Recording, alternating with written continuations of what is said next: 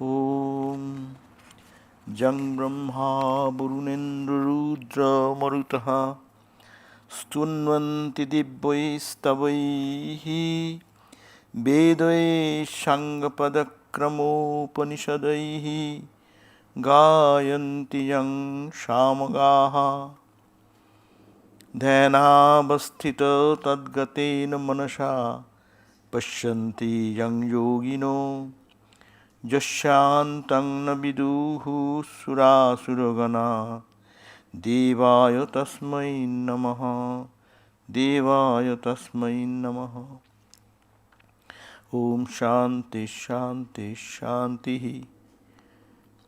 We bow down to that Supreme Purusha Narayana, who is extolled even by great gods like Brahma, Varuna, the god of water, Indra, the god of rain, Rudra, the god of destruction, and Marutas, the wind gods, through celestial hymns, whose glories are sung by those proficient in chanting the Sama Veda, to the Vedas along with the 6 Angas, branches of auxiliary Vedas.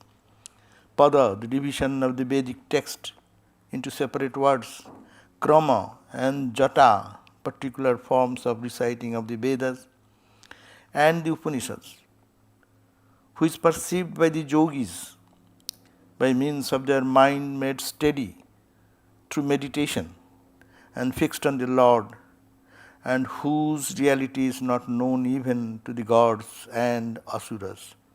I salute him again and again. Om, peace, peace, peace. So today our topic is Krishna on self-realization.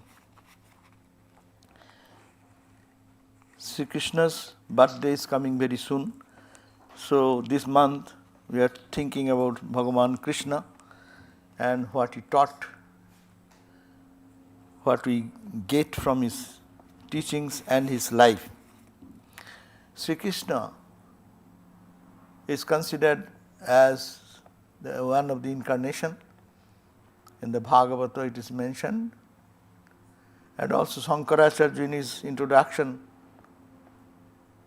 the commentary, he wrote that it is Krishna is Bhagavan, Swayam Bhagavan, Sacha Bhagavan, that Bhagavan, God, Lord, who creates, sustains and maintains and destroys this universe.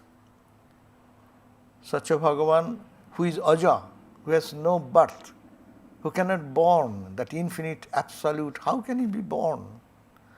If it is timeless, spaceless, truth, the reality, beyond all perception of our mind and understanding, how that infinite can be born?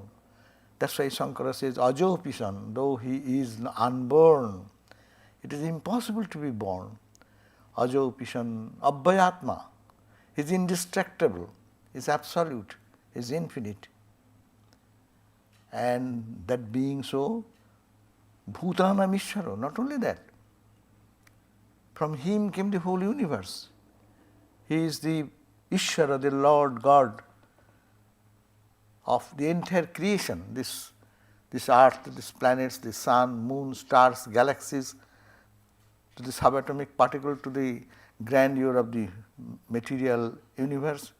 Everything has come out of him. He is the master, designer and controller of everything. Bhutana Mishwarupishan. As if he has Bhutanujigriksha, looking out sorrows and sufferings, he has come down, undertaken a human body, which is impossible to have it, but by his inscrutable Maya. But what's the purpose of his inscrutable Maya to come down? Out of compassion, seeing our suffering, how we are everyday life, we are grinded under this daily grindings of life, how we are moving, and we are all searching for a little tidbit of joy here and there and failing. So he came to demonstrate a life himself and show the path to emancipation and self-realization. So his life, though he is infinite by only for compassion, out of compassion, all the avatars, it applies for all the avatars when they descend, Christ, Buddha, Rama, Krishna, Ramakrishna, it applies. But we are talking about Sri Krishna today. That's a unique life which demonstrated that in this life we can have tremendous troubles and problems. But how to conquer that? Life is to conquer, not to cry and weep. As Swami Vivekananda said, it is Sri Krishna is a person who teaches conquer death, conquer suffering, rise above these problems of life. And there is, you are not the body, you are that infinite. To lead to that experience, he demonstrated his life, he came down as a human body, and you see, we praise his Bhagavan as if his life was smooth life. See, he was born, before he was born, like a King Herod, Kamsa was there, and he wanted to kill because he heard that the 8th son will be born out of Mother Devaki. And so he thought, who knows, even the first son maybe, I have heard wrongly the divine message, who will kill you, he is born, will be the 8th child. Maybe. So he started killing all the children, all the 7 children. He is born, and he is to, as soon as they are born, he will go and kill them. And Krishna was born in a jail, prison. And every day, mom and dad are in fear. My son will be, 8th son will be coming. All are gone one by one. And he will be also taken away. And actually, so there is a divine message how he escaped from that. And then came the Vrindavan Lila, all the nice stories about Vrindavan, playing with the cowherd girls and having a boys, and what a pleasant scene there. But that was not pleasant. Even the childhood, every day is a horror. The Kamsa is sending demons to kill. There also. Or demons, demonists, they are coming in another form and trying to kill him, to destroy him. By his miraculous power, he is doing things and he is saving. So upon the very birth, he is confronted with against that atrocities, and which you cannot imagine how deep was that. Only when he was a young boy, not young, much younger than young, what do you call, let's see, before adolescence or something, it is 12, 11, he left Vrindavan when he was 13, 12 years or 12 years old boy and never came back to Vrindavan. So this play between, whatever happened with the Vrindavan play, it is with that age. And he is a small boy like Ramakrishna, going and playing with his playmates and this. It is Krishna was playing with these boys and girls, and says divine play. And these who were the other playmates, they were the sages in the previous life, have tremendous meditation and prayer. The story goes that when Ramachandra, the Lord God, appeared before Krishna, so he was wandering in 14 years exile period. So he was going here and there, and then went to in one holy place where the sages were meditating, and they found tremendous joy swelling up in their heart. They felt that what happened? Then they saw Bhagavan Ramachandra has come here. So they became already old, and they are meditating, but they are not getting so much joy. But see, in presence of Krishna, Rama, gave in their hearts such tremendous joy. So they opened their eyes and prayed to Rama and said that you should have to be born again, so that I want to enjoy, we want to enjoy your presence. If one moment's presence gives us so much joy, how it will be that if I can play like you, and in the spiritual realm all the time. It's a play of the divine play. So that is considered that these gopis, these girls and the boys, those who are born, they come only because of this prayer of the sages of the past incarnation. And that was the period of little joy for the child Krishna. But we look next, his Kangsa, his good uncle Kangsa, was so kind. He wanted to kill him. How to kill him? He said that, okay, he invited this boy Krishna to bring him to his palace and to treat him, and then to have a wrestling with some state wrestler, a boy of 12 years wrestling with a with a state wrestler. And anyhow, Sri Krishna was to be killed, but he could not be killed.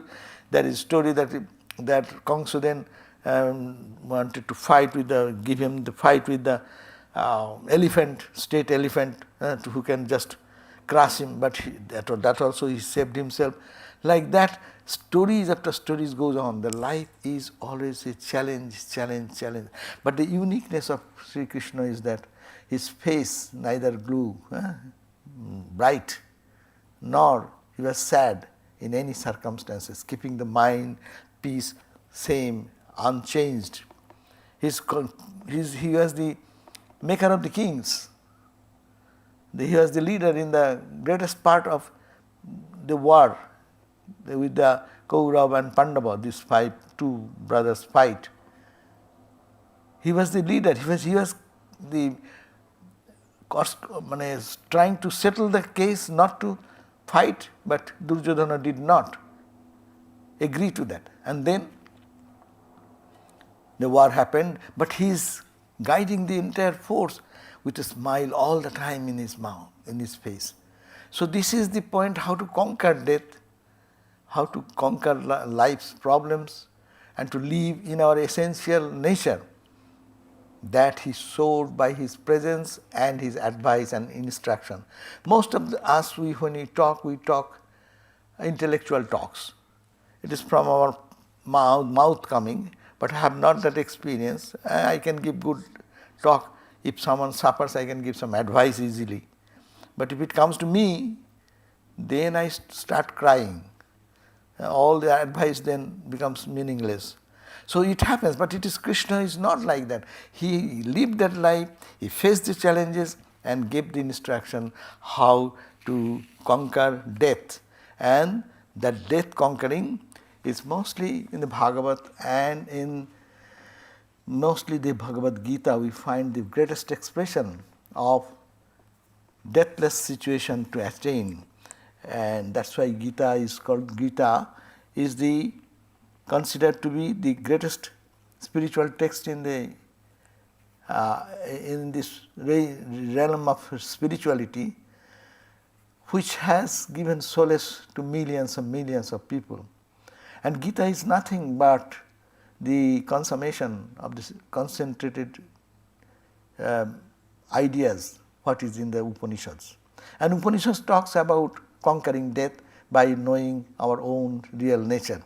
So that's why it is called, Bhagavad Gita is called Gitasu Upanishadsu. It is in the Upanishad that truth which is there, which is Brahma Vidya, which is science of knowledge of knowing the Brahman, knowing the self, knowing that it is a book not for just chanting and reading, but it is a science. It shows the path, how we can overcome the sufferings and problems of life, and it is a yoga shastra. It is a scripture which is called, unites us with our divine self. That idea is that we are separated from our divine nature. That's why we are suffering. But we are not neither the body, neither the mind. That's why he gave the idea that Bhagavad Gita gives us the idea about our self-knowledge. Without knowing who we are, actually we live in Identity crisis. Every day we are living with the identity crisis. We are thinking that I am this body, but I am not. This body is changing every day, but still I am thinking I am the body. Mind is changing every moment. It's becoming happy, unhappy, this moment good, this moment bad. But I think I am the mind. And mind, when we go beyond the mind, all suffering goes away in deep sleep. When we go to deep sleep, all our anxieties, worries, all get away. So it is proven that this is body and mind is acting and enacting, but we are identifying ourselves with the body and mind, and therefore our suffering never ends. Only what is the way?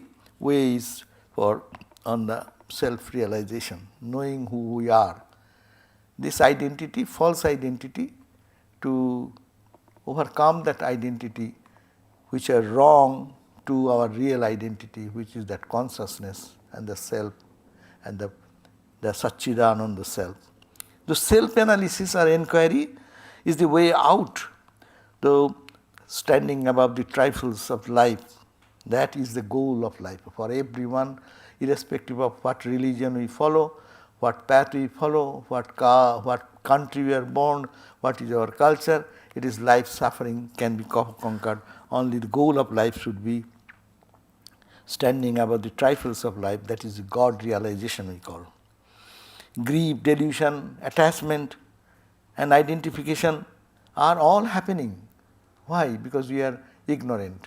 We ignorantly identify with this, and we know not that these are not me. Therefore, always what is to be done, Bhagavad Gita suggests that avivaktam vivhakteshu. Avivaktam, that which is not vivakta, divided, undivided one. Vivaktam, which ceases to be divided. And that's reality, anavastheshu avasthitam, which has no substratum. He is the substratum of all. That Mahantam, that's grand, great, Vibhu, the limitless Atma, which is inherent. Gyatva, knowing that, dhiro na sauchati. Only if we want to conquer, Bhagavad Gita says, that avivhakteshu vivhaktam, that unchanging, undivided absolute reality, where then absolute reality becomes divided as we see it, and it's anavastheshu, it has no substratum. That is the substratum of all created universe. Like this ocean is the ground of all the waves and ripples and bubbles, infinite number of creation on the surface, but ocean is the background. And Mahantam, that grand, endless, beginningless reality, that unchanging reality, and that reality is our own self.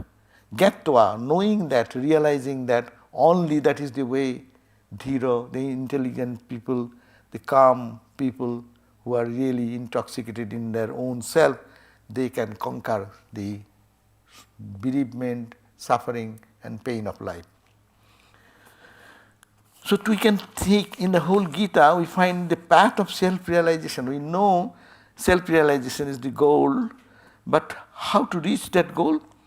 We can find in the Gita some ideas that there you can, in the Vedantic way of seeing this life, who we are, and when we are, we cannot reach that goal, even we are think intellectually, but we cannot reach that.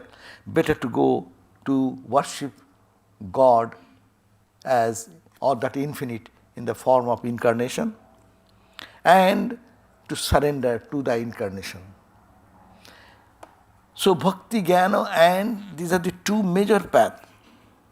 So here normally comes the question that, so in the 12th chapter, Bhagavan Sri Krishna says, the Arjuna put this question that those who are constantly connected with you with devotion, and those who are worshipping the infinite, absolute and non-dual, who is better? What path is better? But Sri Bhagavan said, both are paths, both lead to the same conclusion. Those who are concentrating their attention, total attention on me, constantly connected with me, worship me with all devotion and love, they always get connected with me and they get absorbed in me. But those who are worshipping the absolute infinite, fully controlling their mind and senses, ever minded towards all, even minded towards all, devoted to the welfare of every personality, constantly adore as their self, which is unthinkable, omnipresent, which is indestructible, which is indefinable, eternal, immovable, unmanifest and changeless, Brahman, they too come to me. They too come to me, the same Krishna, in the Saguna or Nirguna, in the form, personified self, that is the avatar form, and when it is impersonal, that is we call the Brahman, Atman, our real nature. They are not too different. This is the conflict from age-old problem of our human mind, that which is higher, which is lower. It is only two aspects of the same reality. One is that transcendental state where it is undefinable, absolute, unthinkable, omnipresent, indestructible, eternal, immovable, unmanifest. All these ideas are given that we cannot define, we cannot talk about that, we cannot think about that. It is beyond our ken of perception. That is the absolute aspect of the reality. And now you cannot think that, then you come down one step down, that is called the God. In scriptural language and Vedantic language is called Ishvara. When he thinks or he separates out by his Maya, power of Maya, into a second grade down, where they think that I am one, I shall be many. That desire comes in that cosmic reality. Eko aham bahushyamo prajayeti. In the Upanishad says, I am alone. I am alone means not lonely, but I am one and absolute. But I want to manifest myself. So that simple desire gives God another aspect of God. God is in no form, no limit, no time, no space, but it is one step down with a quality that He is God, Lord, from whom came the creation. And He comes down as avatar. That absolute Brahman cannot do anything. Our real nature, what is absolute truth, nothing can happen there. Beyond all action, beyond all manifestation. So manifest when they come, we call the Maya Shakti, and Bhakti's school say it is the Shakti, mother power, the Shakti which generated this form of the divine. So he is not a man sitting in heaven somewhere else, but it is the infinite, nameless condition, pervaded everywhere. His sarvata sutiman loke sarvam avritta tishtati, Kathopanishad says, as also this Bhagavad Gita says, that sarvata panipadam tat. He is everywhere. All his hand is his hand. All the feet is his feet. Sarvata, all the head is his head. All the eyes is his eyes. In manifold world it has been created. Sarvata panipadam, sarvato vakshi, eyes, siro mukham, siro, mukha, face. In every face he is speaking, every eyes he is seeing. It is that cosmic reality, very difficult to understand. So that is the truth. He comes down one step. And from there comes the Ishvara, the Lord, God, who is what we call in Judeo-Christian religion. The terminology always get confused. We say God, God, God, God. God is this point when the Absolute comes down one step down. Where He becomes the controller, He desires, I shall create. I shall be many. And then He created Hindu ideas, will say, different gods and goddesses and powers, as we just chanted at the beginning, the Brahma, the creator, the Vishnu, the maintaining, but his boss is Ishvara. And that Ishvara comes down one step down, become three, creator, maintainer, maintaining and the sustaining, and the destruction idea to recreate the new one. So Brahma, Vishnu, Shiva. And then comes different gods and goddesses idea, but all are coming from Ishvara. So that is the term in Judeo-Christian word we talk about God. But we get mixed up sometimes with God, the personal God, the absolute. So we use right and wrong in our expression because language always creates that trouble. So here it is said that the Sarvata Panipadam, that reality is walking in all the legs. That is we are thinking we are somebody. But Upanishad says it is that reality which appears in the world. Every feet is his feet, every hand is his hand, every eyes are his eyes, every head is. So if we recall Sri Ramakrishna's example, Sri Ramakrishna was insisting, Naren, Swami Vivekananda, young boy Naren, requested Ramakrishna to go to pray to Mother Kali. Said he cannot eat anything. He said, okay, you go. And Ramakrishna said, I cannot pray this petty thing to the Divine Mother. Then he said, no, you will have to do it. Not for you, but for us. So you go and check on Mother and tell, so that if you say, Mother will listen to you. Then he went to Ma Kali and listening to the insistence of Swami Vivekananda, the young Naren, and went and came back and talked to Holy Mother, Divine Mother Kali, what she talked, she knows. Then he came back and scolded Naren, you rascal, you send me to Mother to talk about that. Mother said, why?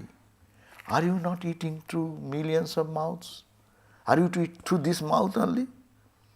This is the human aspect, that's the divine aspect. So here you see, the Upanishadic truth is that God is everywhere. It is God's world. It is God playing. And every hand, through every hand he is working. Every eyes he is seeing. Every tongue he is eating, tasting. And every leg he is walking in the world. So that is the cosmic idea of our real self. But that's why it is said that how to reach that? You can by analysis, process of analysis. What we are, who we are. So that is to be understood again and again. Sarvata panipadam tat, sarvatoksi shiromukam, sarvato shruti malloke sarvamabhritya tishtati. So it has hands and feet on all sides, eyes, head and mouth in all direction, and the ears and all around, for it stands pervading all this universe. Sarvendriya gunabhasam, sarvendriya viborjitam. It is sarva indriya gunabhasam. All the senses which manifest this universe, eyes, ears, he is this light behind that. But he is beyond all these senses. And it is asaktang sarvabhritchaiva. It is sustained as the none, and it is without attribute. It enjoys the gunas and the three modes of prakriti. So it is everything bahirantas, inside, outside, everything is permeated with that reality, and that is the truth. And to reach that, we will have to practice. How to practice? It says, try to think that the integral like space in its undivided aspect, it appears divided as it were in all animate and inanimate being, all the moving and non-moving, living and non-living entity. It is that like integral space, this undivided integral, this Atman, the self, appears in so many forms.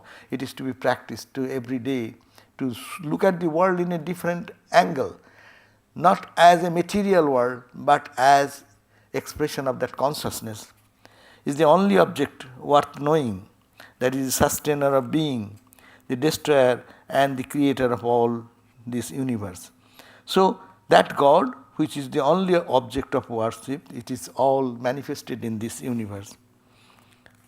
So it talks about the two things have written to be known. It is called the, what is this body? Kshetra, Kshetragna. This chapter is dedicated in this way, that it is, we have to know two things.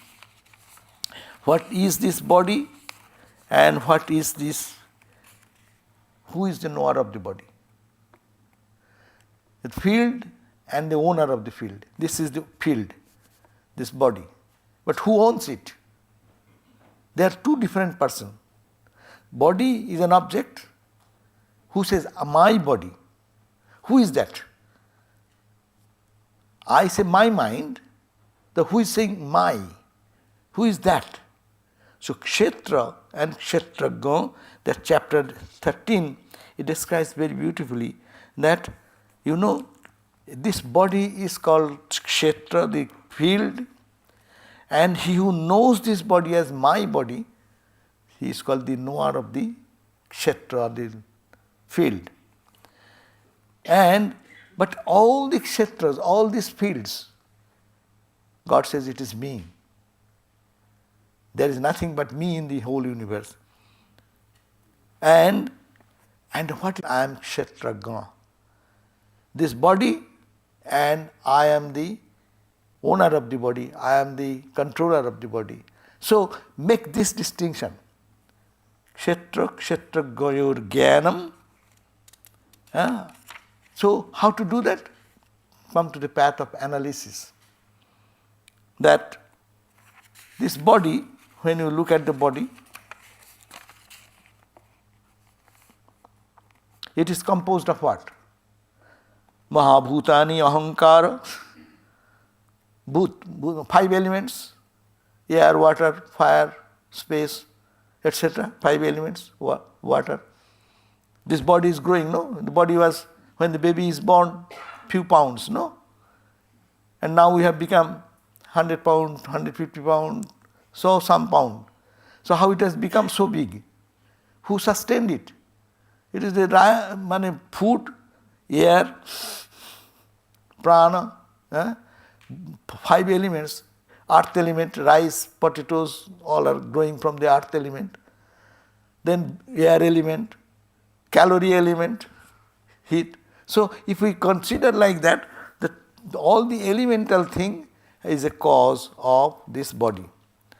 And it changes every day, no? Kshetragna does not change. I consciousness does not change. But this change is happening in this material body, which is made of five elements. So five elements are there. Five senses. We perceive the world through the five senses. Five senses of work, action, hand, feet, etc., etc. So 5, 3 into 5, 20, 4 into 5, first 5 elemental thing, air, water, fire, etc. 5 sense organs of action and perception, 5, 10, 3, and 5 subtle elements. When you dream, we have another body, no?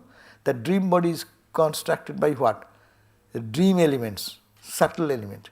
So, and mind is here, buddhi, intellect is working here, our memory is working here, and our emotions are working. So, it is called 24 principles.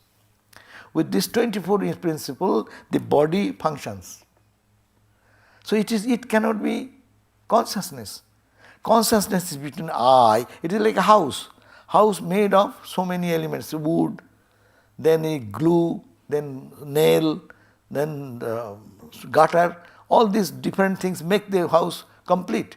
So similarly this body is created by all these 24 principles.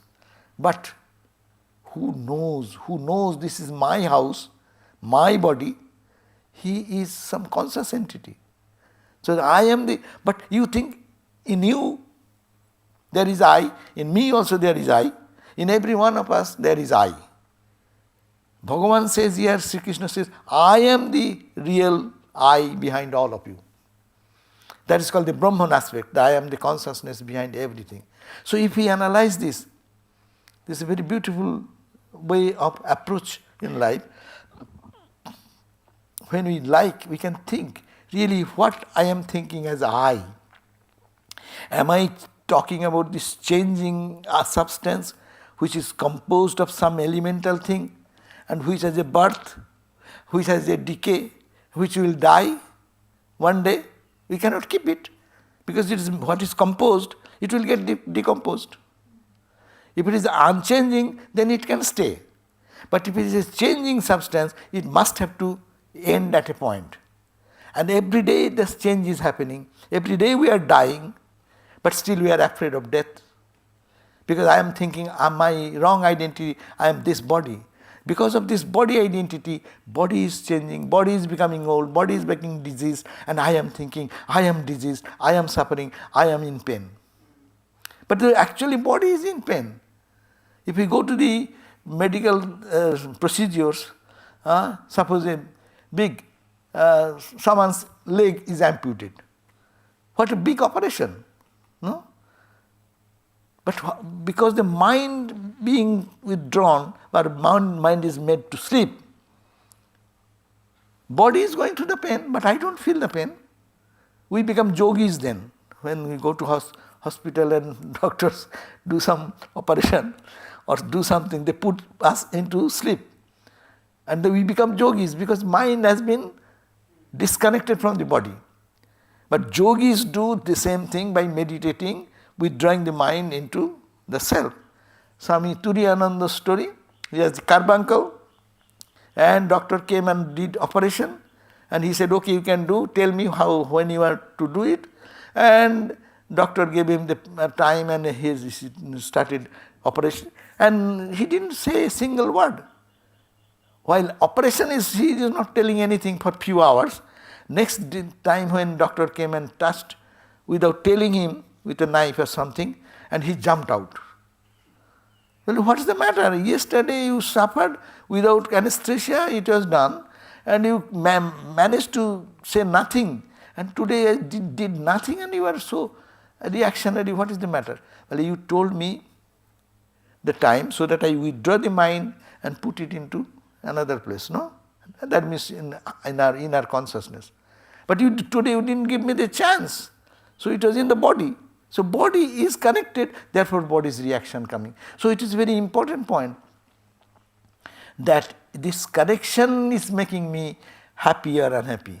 But when they go to the operation and they take time and cut it to pieces, and now orthopedic surgery is much more crude, no? The chisel, hammer and screw, steel plate and this and that, so much big operation going on this body, no? But we don't feel anything. But when the action of the medicine goes down, then we start feeling the pain. So it is, I am not the body. If I am the body, then I would be always feeling that body consciousness. When I everyday experience, when I go to bed and go to sleep, that time what I feel, I am in the body, but this whatever happened in the body, we are not there, we are in a dream body. And now when dream also goes away, we are in a sleep body. When sleep body, the mind got withdrawn, as a result, nothing, I do not know, it is hot, it is cold, I don't feel when I am deep sleep. I am not dead, but I am connected to the inner third chamber, and behind is that infinite joy. Only one layer of ignorance, veil is there. That is called the ignorance veil. But when people practice yoga, fully conscious, withdrawing from this physical world, close their eyes, some people put earplug not to hear anything from outside, and they go and actually go very deeper and deeper and deeper, then what happens? He consciously moving from the gross world to the subtle world of the mind. Mind does not go to 1,000 things, and then it goes deep into the subject of meditation, maybe God the impersonal or God the personal, whatever, and then penetrating into that, when he gets merged into that, then what happens? It takes us to samadhi. That is the fulfillment of life. Then people feel that I am infinite, I am birthless, deathless. Realization comes. So this is how will you do? In Vedantic path is not meditation. I am linking meditation, but Vedanta will say no, you are not the body, not the mind. Analyze every day, now and then, every moment. Look at that. You are not this because you are changeable. Someone can change it by killing me. Someone can make me upset by some strong words. Someone may make me happy, smile. We are become like identification with the body and mind is making me a slave of the world.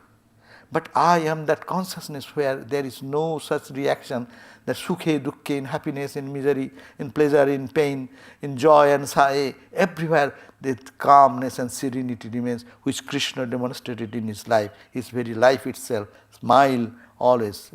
Sri Ramakrishna, Ramachandra. When Ramachandra's mantra is there, Rama's face did not lit up with joy when he was declared that he will be having the coronation ceremony tomorrow and he will be the king of the country. And the next moment when he is going to become greeted as to be the king of the next king, Dasharatha's son, so next day he said, no, you have to go for 14 years of exile. And namamlo bonavasa dukkhata. It did not become blurred or pale hearing the words of this 14 years of exile story. You see that contradiction. He was going to be the king, and just the whole country is ready with lighting and all this flower and this colorful festivity. And just that moment said, no, you have to go for 14 years exile. But how he kept his face unperturbed. So that is only possible if we know this is all a drama going on. This is for Vedanta student. But how many people can really think that it is drama going on? Therefore, come to the path of bhakti. And that bhakti, when you go, you see he is an avatar. He says, I am the Lord Absolute, the timeless, nameless reality. People not knowing me, abhajananti mang mudha, manusing tanumasritam. I take a human body. People not knowing my glory, not knowing who am I. They think that I am an ordinary person like them. My abhajananti, they ignore me, they insult me. Abhajananti mang mudha. Mom, I am that infinite birthless thing. So what he says, therefore, another path, I am trying to understand this world is unreal. In day-to-day life, forget about high Vedantic analysis. That is changing, it can be destroyed, it is moving, so it cannot be the absolute truth. Truth will be all the time same, but it is not. Therefore, I am not the body. Mind is also changing, and mind can be changed by anyone with some impulses. No, I am not the mind, not the body, but I am what I am. To understand, if I am not able to follow the path of Vedanta, but this is also Vedanta, Bhakti Vedanta. Second path is the path of devotion and worshipping God, Lord, who has come down in the human form, and just he is walking, and to pray, to meditate. Matchitta madgata prana. You put your mind in me and your heart and soul in me. And when you meet people, talk about me. Bodhayanta parasparam. When you talk, don't talk mundane talk about God, talk about me. Me, not the person. Me, that embodiment of bliss and peace, embodiment of all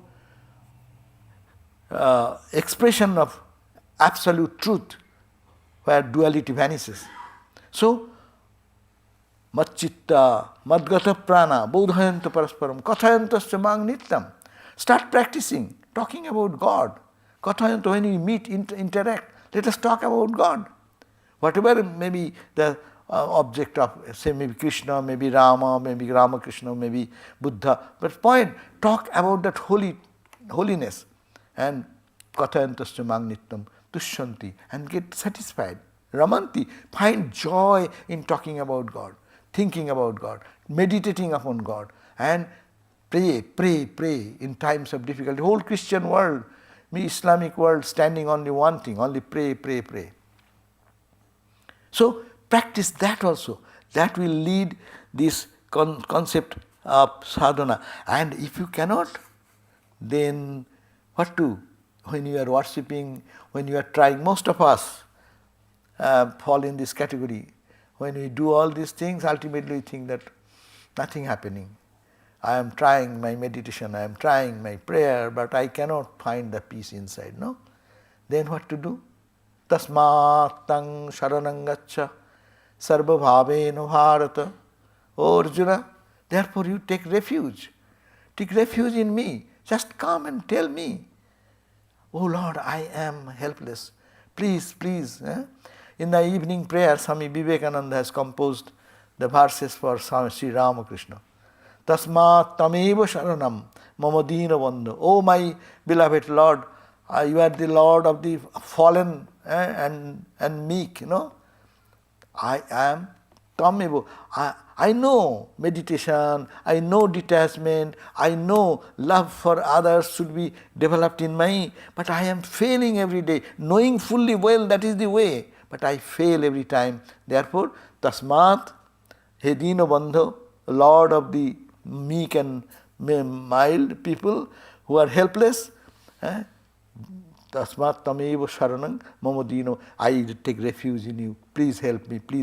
No? So this is the beautiful way of Bhagavad Gita suggested the same way. Tasmat tam sharanam gaccha sarva bhavena bharata. In everything you do, every moment you think, I am helpless, oh Lord, help me. In every work, before doing anything, before thinking anything, before acting on anything, just take surrender. Oh Lord, you are in me. Help me, I surrender unto you, and you make me your instrument. Do your instrument. That is the way to get eternal peace and joy. So, tasmat tameva sharanam mama dina bandhu. Swami Vivekananda composed, Bhagavad Gita said, tasmat tvang sharanam gaccha sarva bhavena, in all possible modes and ways. Oh Bharata, tasmat tam sharanam gaccha sarva bhavena Bharata. And tat prasadat, by his grace, padang, that state, prapsasi, sasvatam, eternal place of peace, eternal place of bliss, eternal awareness of the divinity will happen to you by my grace or by the grace of the Lord. So this is the 3 ways, and Karma Yoga, entire Bhagavad Gita, he says, relentless work. Not turning our attention from work. Work disturbs us, but for whom you are working. The whole philosophy of work has been given here, because we live every day in the world of work, and we'll have to work. But how to work to make me free from bondage? We are working and binding ourselves into the bondage of the world more and more. But Bhagavad Gita suggests that, yes, there is an art of doing work. How to work and feel free. And Bhagavan says that, look at me. I am the Lord of the universe. I have no responsibility for anything. I am not compelled. I don't feel any compulsion to do anything, because no one is boss of me. But still see how I am engaged in all the duties and responsibilities of life. So do all your duties, responsibilities. How? That Karma Yoga idea, the idea that it is only I am doing for God, I am serving God. And so that is surrender. Again, this idea of surrender. But this is a great sadhana, because most of us fall in this category. I have no time where to meditate upon. I am so busy and I cannot do anything.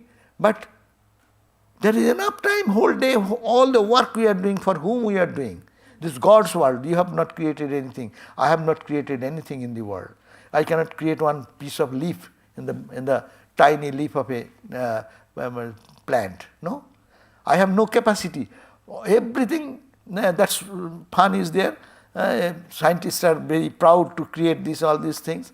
Then God says, okay, you do with your own material. You are using my material and taking the credit that you have done this, you created this, you discovered this, but it's all my material. Give me back my material and you do yourself. How can you do? Your body, your mind, your everything is I have provided. So this is all His. And if we think that way, everything we are doing is only service. It goes to only God and God. So these are the way to reach the self-realization as we find Sri Krishna, and we are really grateful that that ideal is before us. Whoever likes to follow, to reach this eternal freedom, that freedom is there, following his life and his teachings. Anything we take, we can get benefited. Okay, thank you.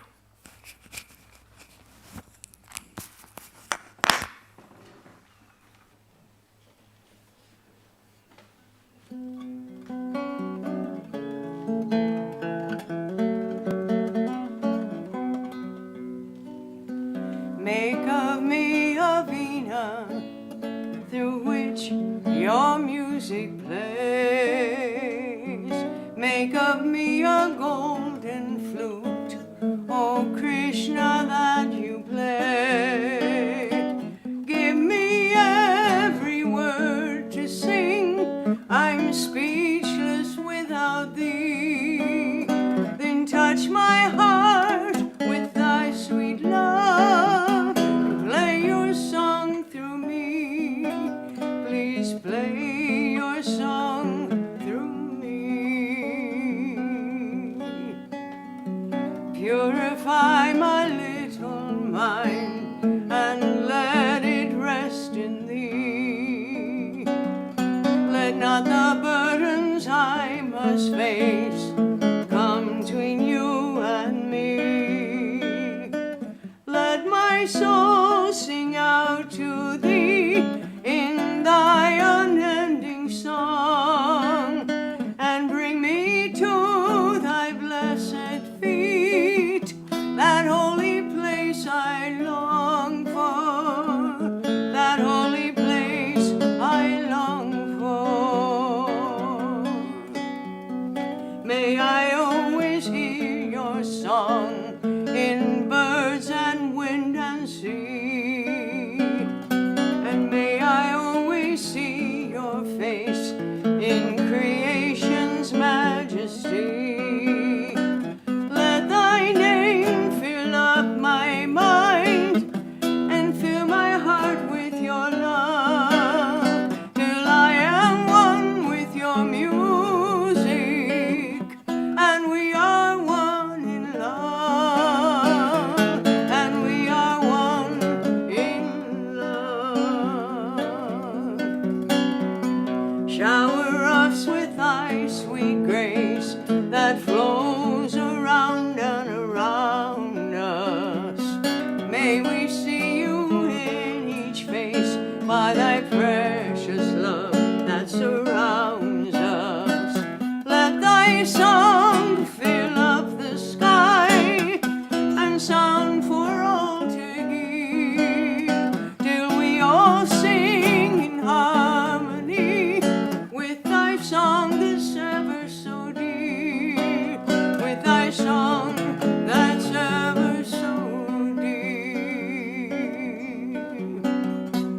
Make of me a veena through which your music plays.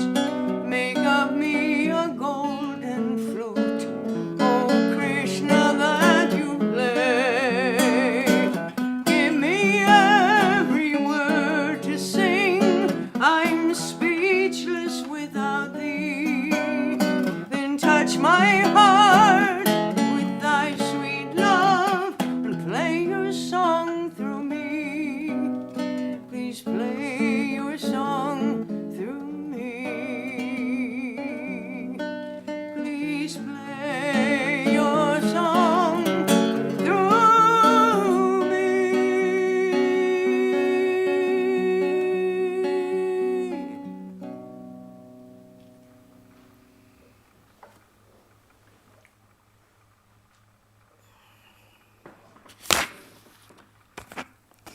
So next Sunday will be Swami Medhananda will be speaking the yoga of suffering.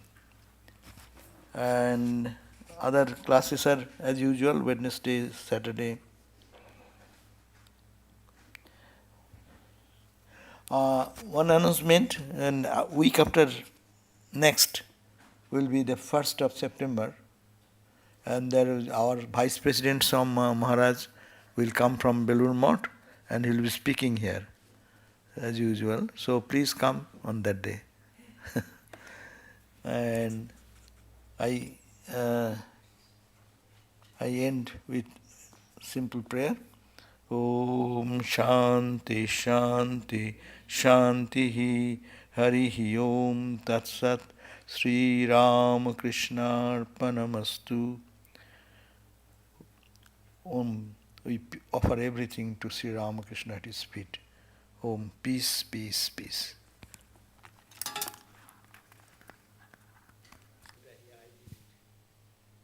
Okay, now it's working? Yes. Yeah. Jai Thakur. So,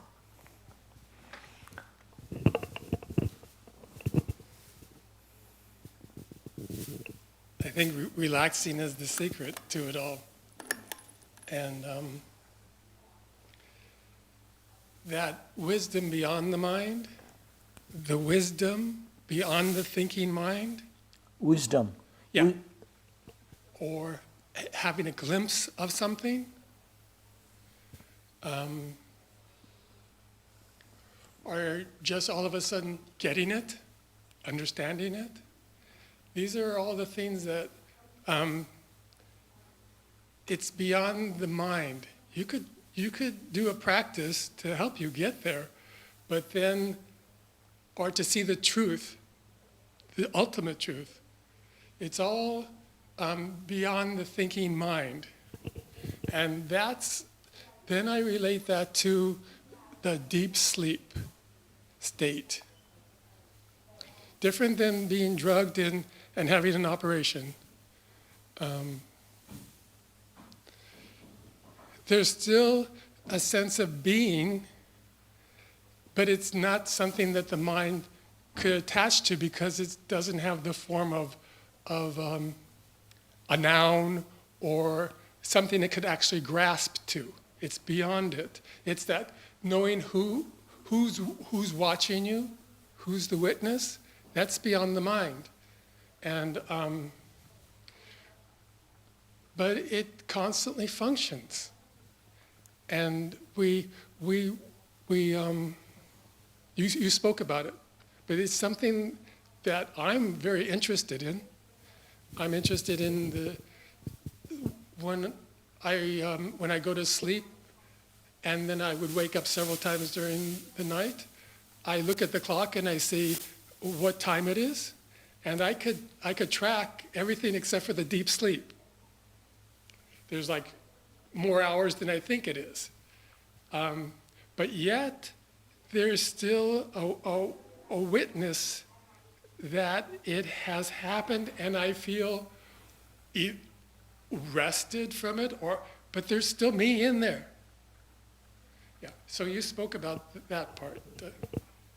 That is all the time there. That is the point, that we need not have to think of that, but we are to be aware of that.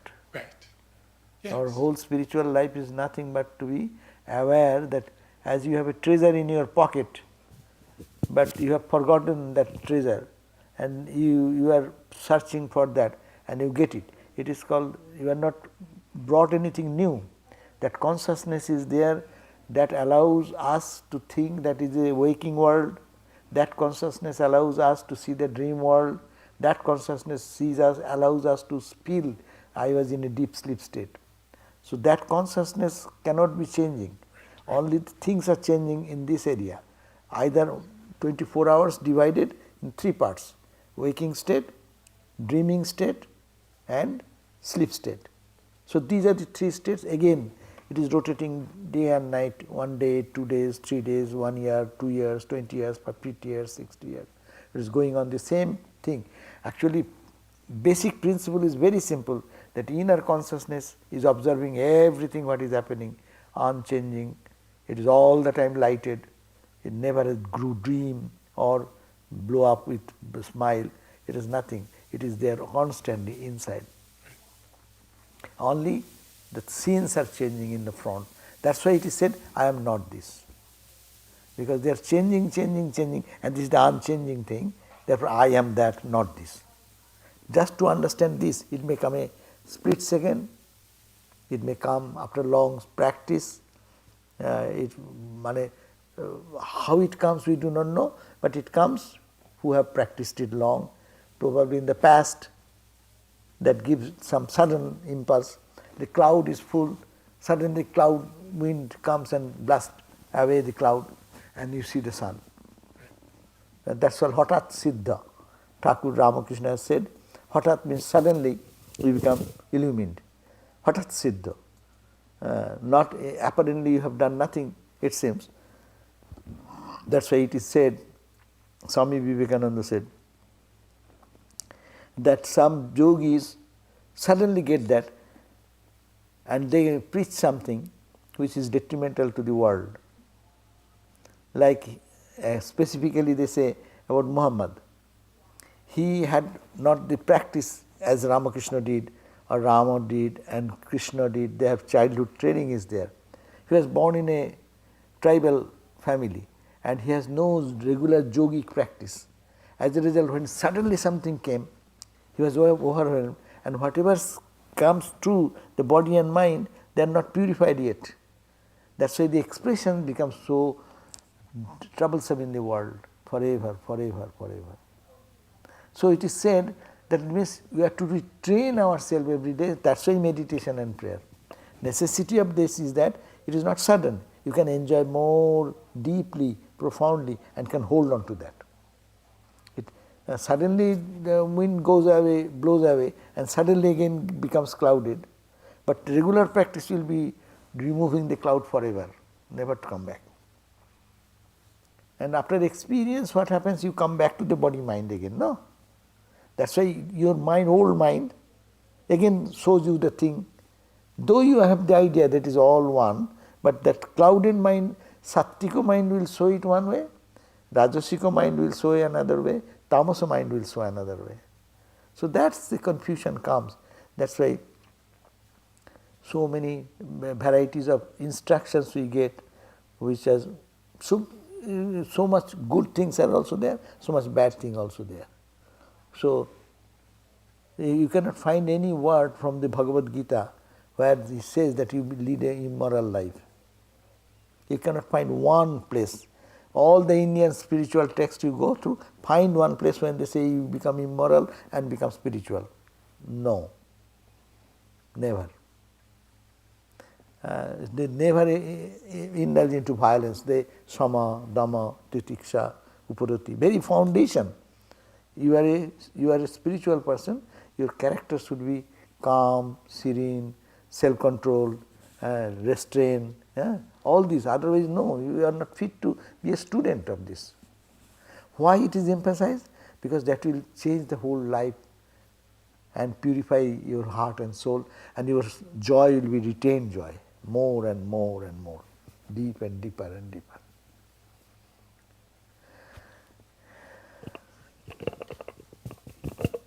What do you think is the most important teaching of Sri Krishna in the Bhagavatam? Bhagavatam? Bhagavatam specifically. Yeah, at the end, last what I quoted, tasmatang saranam gaccho, or therefore you take surrender. And that Ramakrishna prayer we do every day. I know that the prayer, the tasmat tameva saranam, O Ramakrishna, you are only my refuge. Mama dina bandhu, you are my Lord. I am very meek and pure, poor. You are my Lord. Please help me. All this Vedantic talk is to purify the mind, and mind understands, I cannot grasp it. As you raise the question, mind expand, and a point mind says, I cannot do anything, I am helpless, I am failure. Then comes surrender. You do. the Lord comes and lifts the hand. But he is doing all the time, otherwise I cannot speak, I cannot see, I cannot feel, I cannot enjoy or suffer, nothing is possible.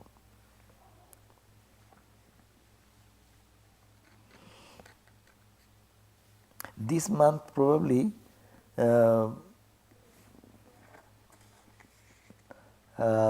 are talking too much of Sri Krishna, because I am also speaking of Sri Krishna. I didn't notice that Medhananda is also yoga of suffering. But anyway, this way or that way.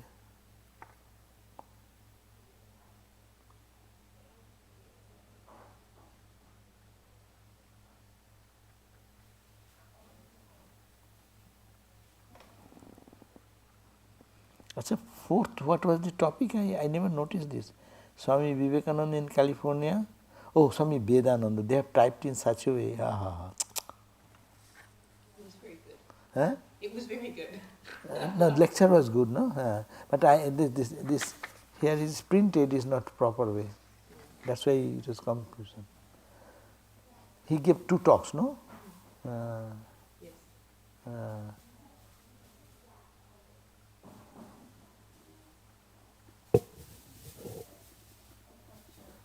Something they have left or what? They are searching something. So, Michael,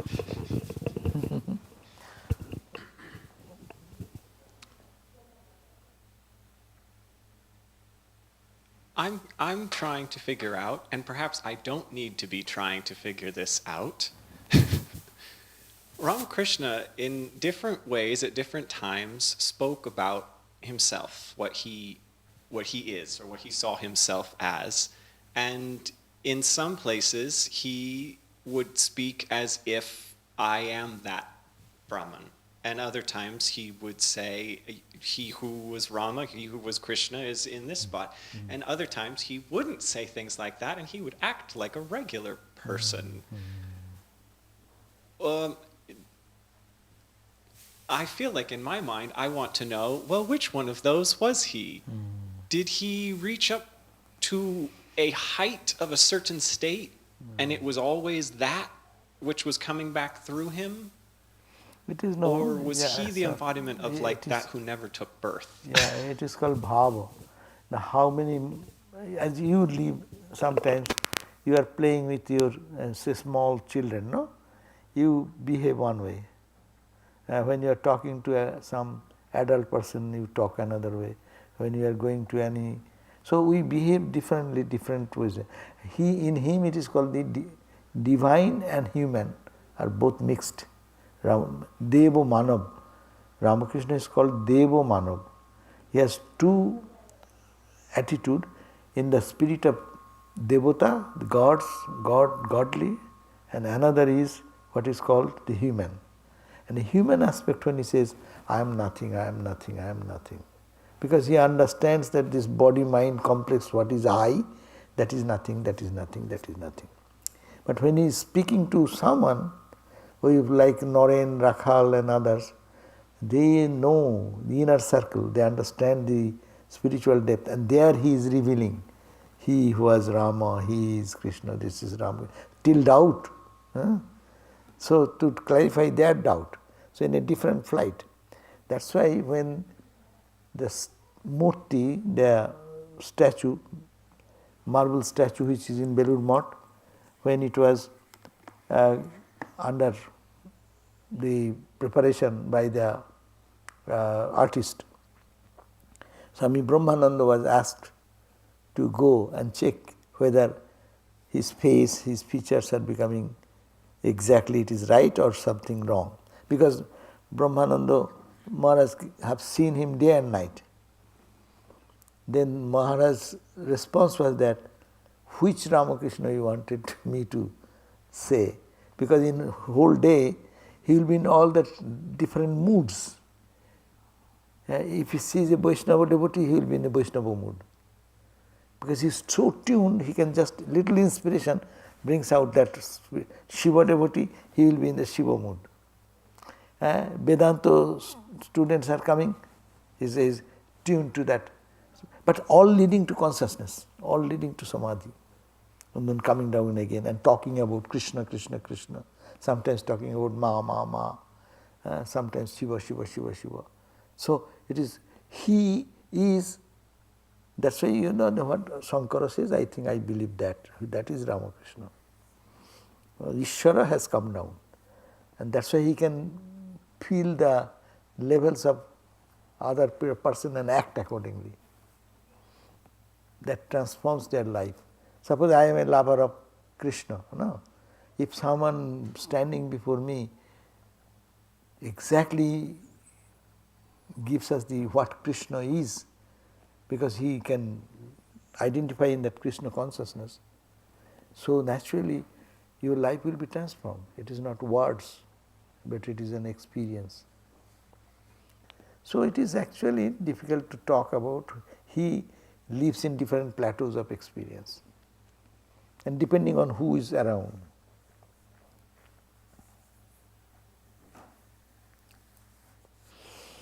Bah, then now we can relax. Huh?